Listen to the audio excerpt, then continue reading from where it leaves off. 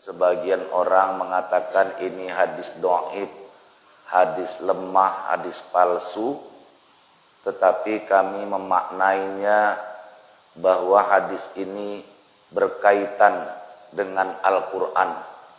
Oleh karena itu kami menganggap hadis ini dapat dipakai dan dapat diamalkan. Hadis tersebut sudah lazim kita dengar, terutama ketika di bulan Ramadan. Sabda Rasulullah sallallahu alaihi wasallam, "Man fariha bidukhuli Ramadan, haramallahu jasadahu 'alan niran." Barang siapa orang yang senang hatinya dengan masuknya bulan Ramadan, maka haram tubuhnya masuk ke dalam api neraka. Kalau dikatakan hadis ini dhaif, lemah, palsu dan lain-lain, itu tentunya ada ikhtilaf di kalangan ulama. Tapi kalau kita melihat matannya, isinya, bahwa orang yang memuliakan Ramadan itu haram masuk neraka, artinya ditempatkan Allah di surga. Kalau kita lihat dari esensinya, ini cocok berkaitan dengan ayat-ayat Al-Quran yang ada. Jadi tidak salah orang memahami ini, mengamalkannya, tidak salah. Ya. Nah, kalau bicara soal hadis dhaif, hadis palsu, itu ada ilmunya khusus. Dan kadang-kadang orang bisa mengatakan, oh itu hadisnya dhaif. Ketika ditanya dhaifnya di mana, dia pun tak bisa jawab. Oh itu hadisnya palsu, palsunya di mana? Dia pun nggak bisa jawab. Karena sekarang banyak orang belajar, ya, tanggung-tanggung, gantung-gantung, tapi cepat ingin memponis sesuatu. Maunya kalau kita katakan, oh itu hadis palsu, palsunya itu di sini. Oh itu hadis dhaif, dhaifnya itu di sini. Apakah matannya, isinya, atau perawinya, atau sanadnya, palsunya di mana, lemahnya di mana? Nah, kita enggak sedang membahas itu. Kita menganggap isi hadis ini memotivasi kita untuk beribadah di bulan Ramadan, terutama menyambut Ramadan. Ramadan itu bulan yang dimuliakan Allah. Bulan yang dimuliakan Allah. Kalau kita memuliakan apa yang dimuliakan Allah, ya, tentunya Allah akan memuliakan kita. Maka orang yang beriman itu, dia harus memuliakan apa yang dimuliakan Allah. Kalaupun membenci, dia membenci apa yang dibenci Allah. Itu intinya. Itulah orang beriman. Maka Allah memuliakan bulan Ramadan. Maka orang beriman pun harus memuliakannya. Allah memuliakan bulan Ramadan ini dengan berbagai peristiwa istimewa yang ada di dalamnya. Pertama, bulan Ramadan ini adalah satu bulan dari 12 bulan yang ada kewajiban berpuasa di dalamnya. Dan puasa itu untuk menjadikan orang beriman mendapatkan tingkat takwa. Muttaqin. Karena orang beriman belum tentu bertakwa, tapi orang takwa pasti beriman. Karena itu Allah ingin menaikkan derajat orang yang beriman menjadi orang yang bertakwa dengan berpuasa. Dan kewajiban puasa itu ada di bulan Ramadan. Tidak ada kewajiban puasa di bulan yang lain. Kalaupun di bulan yang lain kita berpuasa itu sunnah, mendapatkan fadilah dan keutamaan, tapi khusus di bulan Ramadan wajib. Itu satu, Allah muliakan Ramadan itu dengan adanya puasa di dalam bulan Ramadan itu, yang tidak ada pada bulan yang lain. Kedua, di bulan Ramadan itulah pertama kali turunnya Al-Quran. 12 bulan di dalam Islam. Inna iddatas syuhuri indallahi isna asar wa sahram fi kitabillahi yauma khalaqas samawati wal ard minha arba'atun hurum, dan seterusnya. Ya kan? Allah turunkan Al-Quran itu yang pertama kali, yang kita kenal dengan Iqra. Iqra bismi rabbikal ladzi khalaq, khalaqal insana min 'alaq, Iqra wa rabbukal akram, sampai ada 5 ayat itu. Itu turun yang pertama kali itu di bulan Ramadan. Tidak Allah turunkan yang pertama, walaupun ayat-ayat berikutnya, surat-surat berikutnya itu terjadi selama 23 tahun. Tetapi ayat yang pertama, Al-Quran pertama kali turun itu di bulan Ramadan. 2.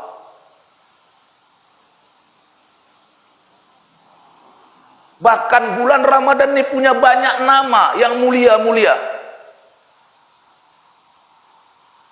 Syahrul Mubarak, bulan yang penuh dengan keberkahan.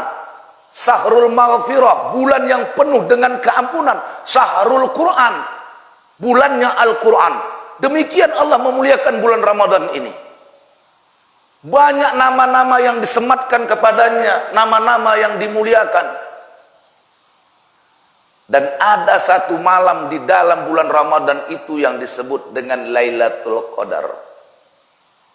Malam yang ditentukan, malam yang lebih baik daripada 1000 bulan. 80 tahun lebih.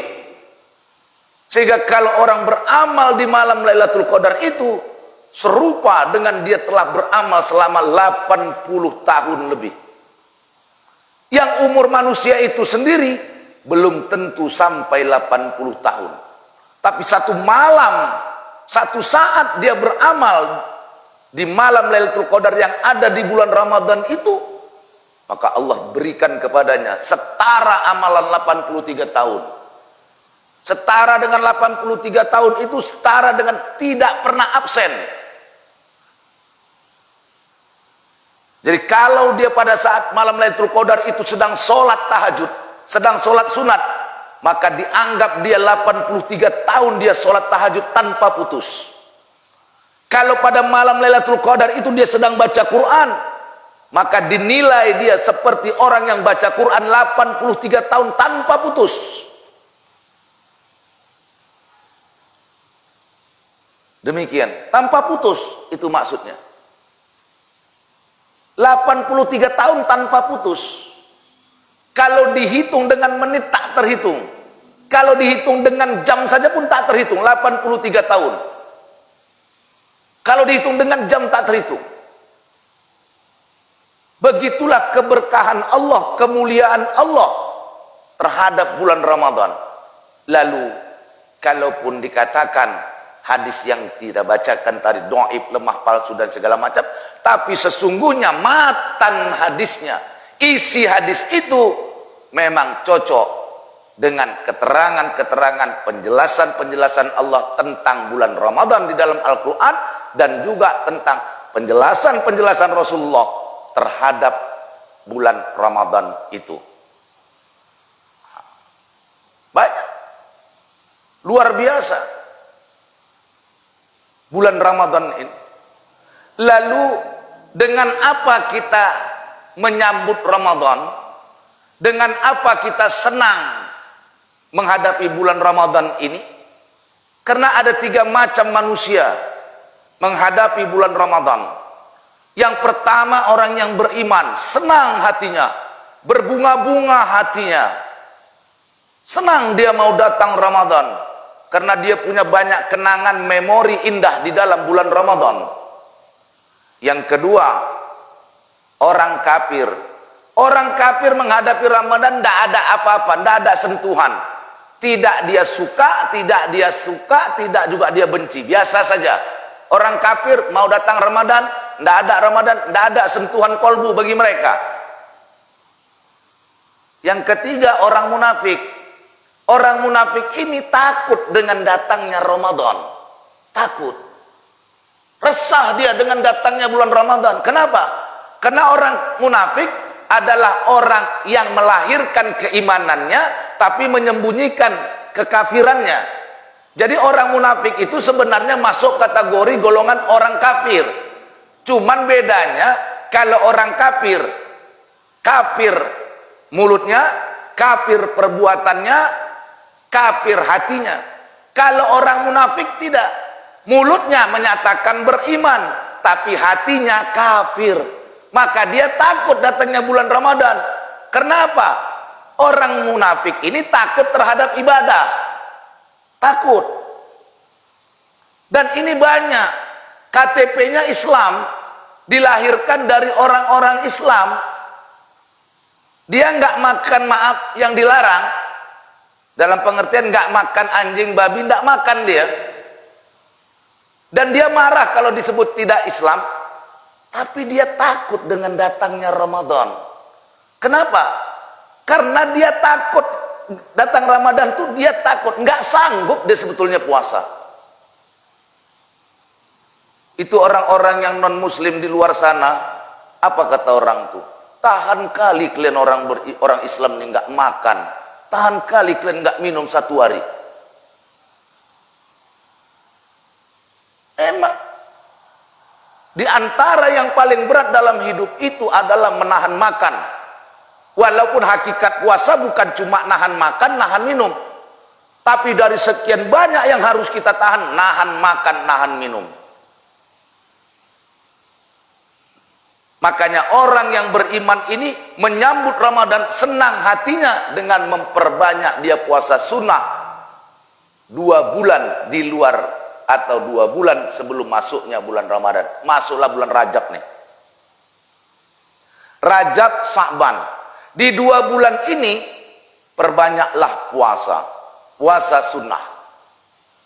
Sekurang-kurangnya puasa sunnah di bulan Rajab pinomat. Udah paling minim sekali. 1 kali ada puasa sunat kita. Itu udah paling minim. Nanti masuk bulan Sya'ban, paling sedikit 1 kali ada puasa kita. Karena apa? Syarat ibadah kepada Allah itu ikhlas. Wa ma umiru illa liya'budullaha mukhlisina lahuddin. Tidak diperintahkan kepada kamu taat dalam agama ini kecuali dengan ikhlas dan dengan ajaran agama yang benar. Ikhlas. Apa tanda orang ikhlas? Ikhlas itu bukan di mulut. Ikhlas itu ada tandanya. Tanda orang ikhlas dalam puasa, puasa sunatnya lebih banyak dari puasa wajibnya. Nah, itu dia. Kalau puasa sunat kita dalam 1 tahun masih lebih kecil daripada puasa wajib, maka kita belum masuk kategori orang ikhlas dalam puasa. Puasa yang wajib dalam setahun antara 29 hari sampai 30 hari. Kalau enggak 29 hari Ramadan itu 30 hari. Maka puasa yang wajib bagi orang yang beriman itu dalam setahun, kalau tidak 29 ya 30 hari. Itu puasa wajibnya. Maka seharusnya puasa sunat orang yang beriman itu biar mencapai dia makom takwa, agar mencapai derajat makom orang yang ikhlas, puasa sunatnya harus lebih banyak.